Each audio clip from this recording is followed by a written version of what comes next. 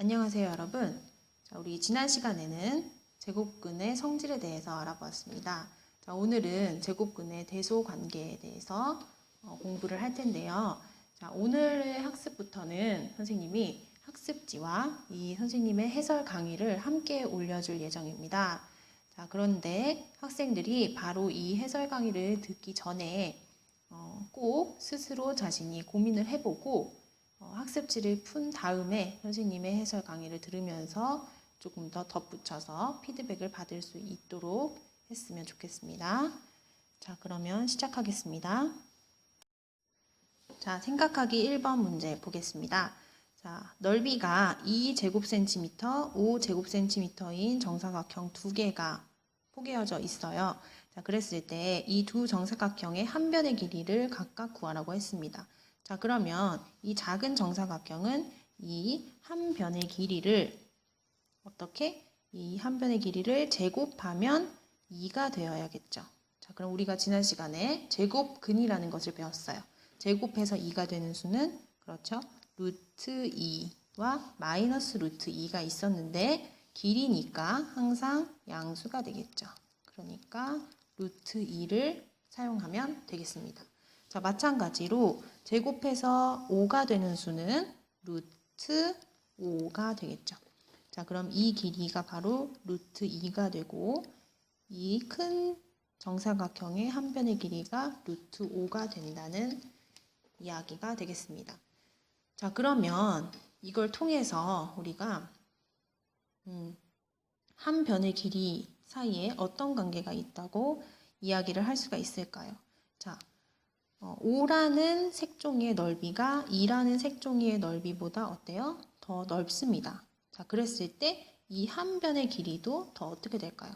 더 길어지겠죠. 자, 그러니까 정리를 해보면 정사각형의 넓이가 넓을수록 그 한 변의 길이도 어떻게 된다? 그렇죠. 길어진다. 이렇게 정리를 할 수가 있습니다.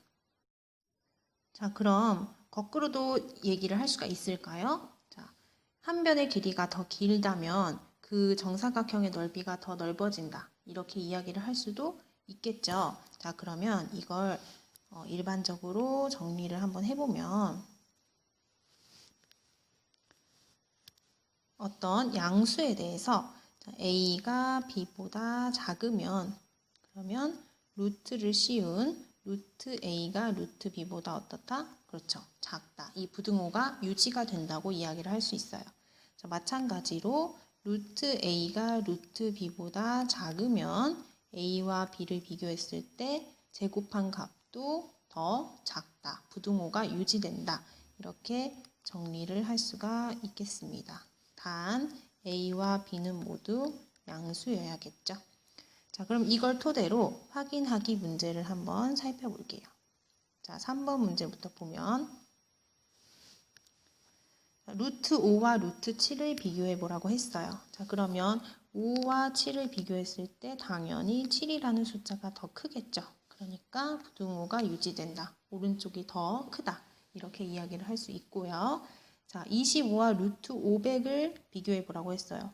선생님, 그런데 25는 그냥 자연수고 루트 500은 이렇게 루트 안에 숫자가 들어가 있어요. 그러면 어떻게 비교를 해야 할까요?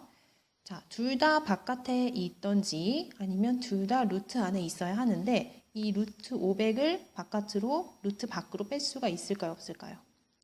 네, 루트 밖으로 뺄 수가 없어요. 제곱해서 500이 되는 수는 우리가 알고 있는 유리수 중에서는 없기 때문에 그러면 이 25를 반대로 루트 안으로 넣어줘야지 되겠네요. 자, 그러면 25라는 숫자는 루트 안으로 집어넣었을 때 얘를 어떻게 해야 될까요? 그렇죠. 거꾸로 제곱을 해서 넣어야겠죠. 그럼 25를 제곱하면 625와 같습니다.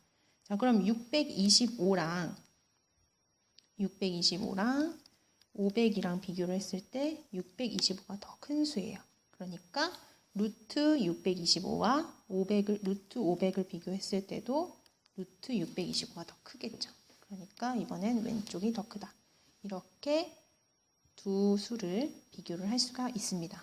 자, 앞에서 했던 거와 마찬가지로 루트 13을 루트 밖으로 뺄 수 없기 때문에 4를 루트 안으로 넣어줄게요. 그럼 루트, 그렇죠. 제곱해서 16과 같다. 그러면 13과 16을 비교했을 때 오른쪽이 더 크니까 루트를 씌워도 마찬가지로 오른쪽이 더 크다. 이렇게 볼 수 있어요. 자, 이번에는 음수네요. 자, 음수가 없다고 생각을 했을 때 루트 6과 루트 7을 비교하면 루트 7이 더 크겠죠. 그런데 음수, 마이너스가 붙어 있으니까 부등호 방향이 반대로 된다. 여기까지 이해할 수 있겠죠. 자, 세 수를 비교하는 것도 마찬가지입니다. 자, 지금 이 세 수가 모두 루트 안에 있는 것이 아니고 이 7이라는 숫자가 루트 밖에 있으니까 7을 한번 루트 안으로 넣어 볼게요. 루트 몇과 같아요? 그렇죠. 얘도 마찬가지로 제곱을 해서 집어넣으면 루트 49와 같겠죠. 그렇죠? 그러면 49랑 50이랑 51이랑 이렇게 부등호를 쓸 수가 있으니까 이므로 7이 가장 작고 그 다음 루트 50, 그 다음 루트 51이다. 이렇게 정리할 수가 있습니다. 자, 마지막으로 5번이 조금 생각하기가 어려웠을 텐데, 자, 5번에서 일단 문제를 먼저 이해를 해볼게요.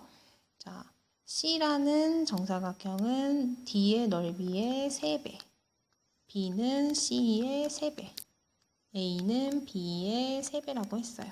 자, 이렇게 됐을 때 A의 넓이가 6제곱센티미터라고 했네요.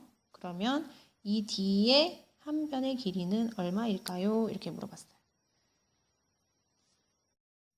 자, 그러면 A의 넓이를 알려줬으니까 우리 B, C, D의 넓이를 각각 구할 수가 있겠죠. 자, 그러면 B의 넓이는 6제곱센티미터의 반대로 3분의 1이 되겠죠. 역수. 그래서 2제곱센티미터가 됩니다. 다음 C의 넓이는 2의 반대로 3분의 1이니까 3분의 2제곱센티미터가 되겠죠. 그 다음 D의 넓이는 3분의 2의 다시 3분의 1배니까 9분의 2제곱센티미터가 되겠죠. 제곱센티미터로 쓸게요. 자, 그랬을 때 우리가 D의 한 변의 길이는 얼마일까요? 물어봤으니까 제곱해서 얼마가 되는 수? 9분의 2가 되는 수를 구하면 됩니다. 자, 그러면 우리가 알고 있는 수 중에서 제곱해서 9분의 2가 되는 것, 9분의 2의 제곱근이 되겠죠. 그러니까 한 변의 길이는 원래 플러스 마이너스 9분의 2인데 양수여야 되니까 뭐만 골라주면 돼요? 죄송해요. 루트를 빼먹었네요. 루트 9분의 2가 됩니다.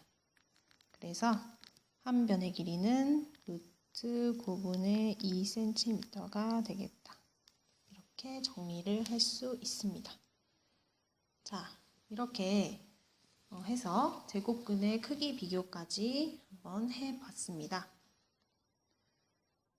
학습지의 이 해설을 보면서 본인이 풀었던 학습지 내용과 선생님이 설명한 내용을 함께 보고 본인이 어떤 부분에서 잘못 생각했는지 또는 어떤 부분을 잘 생각했는지 피드백을 받아보고 정리해보면 좋겠습니다.